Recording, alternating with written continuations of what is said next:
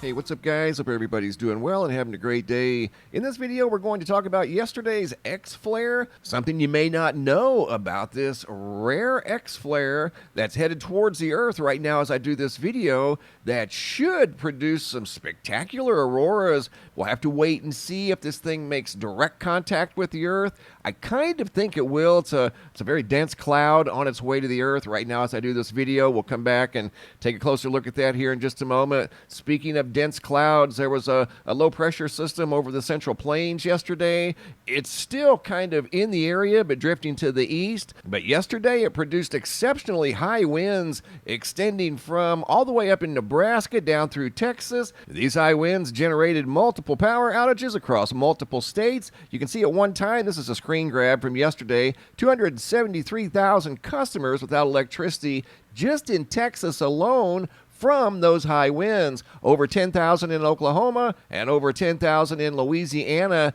at the same time. And once again, those power outages were from a very strong low pressure system making its way across the Central Plains. And you can see the current weather map over here at windy.com. What I have highlighted are wind gusts, and you can see the wind is still prominent in the Central Plains, not quite as windy as it was yesterday, but nevertheless, there's still high winds, producing even more power outages today in Texas. There's still 33,000 customers from yesterday's high winds without electricity. Up in Indiana now we have just over 10,000 and over 10,000 in Virginia. And like yesterday, today's high winds are dominating the weather scene east of the Mississippi. Quick look at the global scene with regard to the low pressure systems that we've been talking about. You can see the one in the northern Pacific. Right now it's got a central low pressure of 974. That is tropical storm force. The one east of the Mississippi here in the United States showing a central low pressure of around 998. The strongest one on planet Earth right now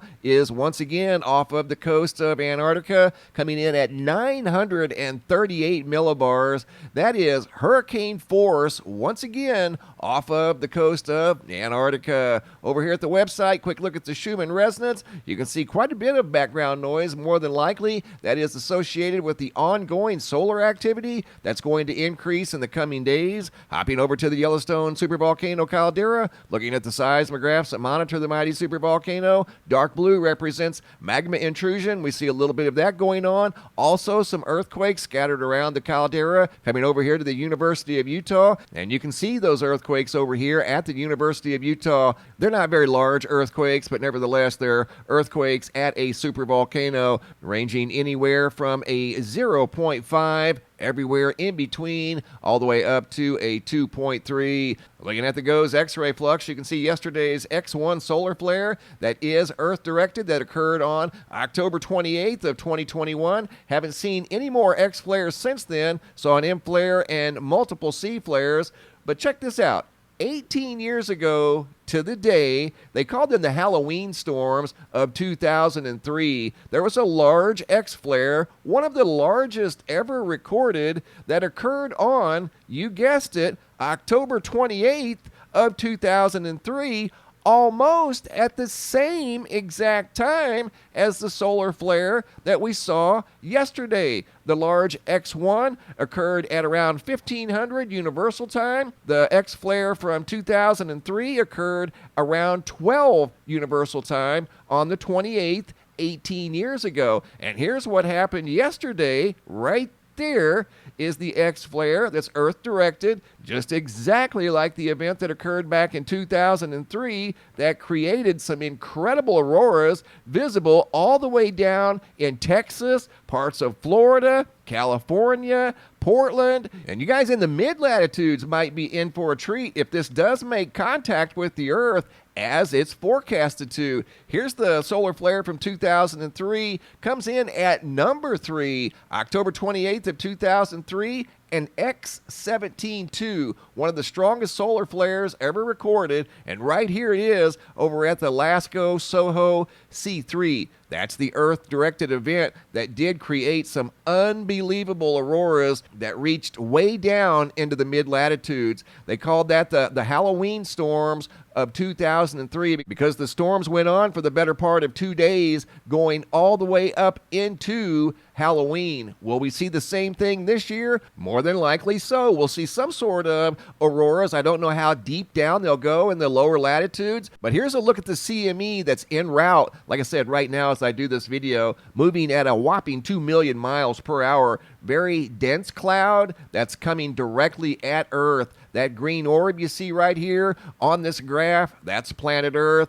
and this is the dense plasma cloud that's coming towards the Earth. That's supposed to make contact with the Earth sometime tomorrow on the 30th, with the density eclipsing 60, could go clear up into the 80 range. That's very dense, and that would produce some spectacular auroras. So once again, not only high latitude sky watchers, but mid latitude sky watchers, be on the lookout for northern lights here in the next 24 to 48 hours. Here's a look at the activity on the Earth-facing side of the sun from the SDO, the Solar Dynamics Observatory. Here is the X-flare, Earth-directed indeed. Very large event producing a large CME that is Earth-directed. It produced almost what they call a 360-degree full halo. There's the shock wave. It created a tsunami in the sun's atmosphere, a solar tsunami. And here's a look at the flare on the SOHO LASCO C2, producing a lot of plasma. That was a large-scale event. Not quite as large as 2003, but one of the largest we've seen so far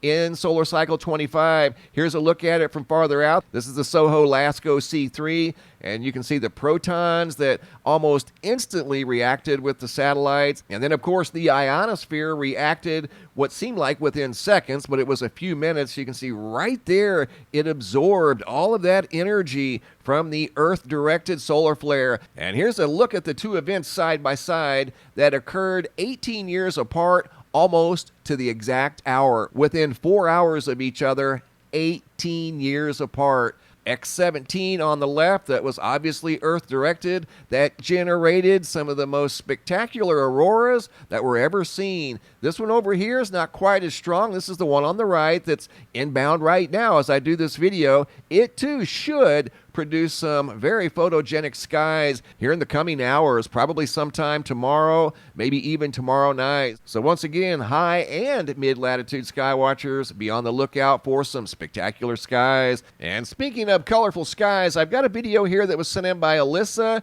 out of Ohio. They drive this I-80 road right here every day. They live in Pennsylvania, work over here in Ohio. They were driving eastbound on the I-80 October 26th at 3:30 a.m. And this is what they saw. And again, they drive this road every day, and this is the first time they'd ever seen something like this. Check this out.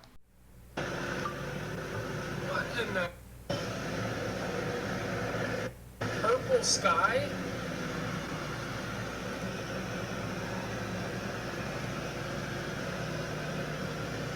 Never seen a purple sky before. That is weird.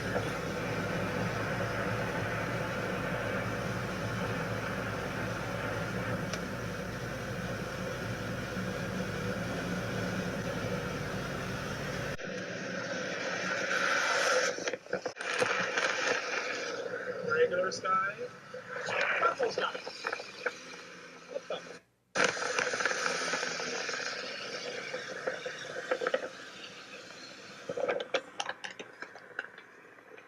And once again, they drive that road every night and have never seen anything quite like that. Almost a magenta colored sky, 3:30 in the morning over Youngstown, Ohio. If you guys have any photos you'd like to share, you can send those to reports at MrMBB333.com. All of the photos end up here at the Sky Phenomenon Photo Gallery at the website, and sometimes I'll use them in a video just like you saw right here. Thanks for watching. Have a super day, and be safe out there.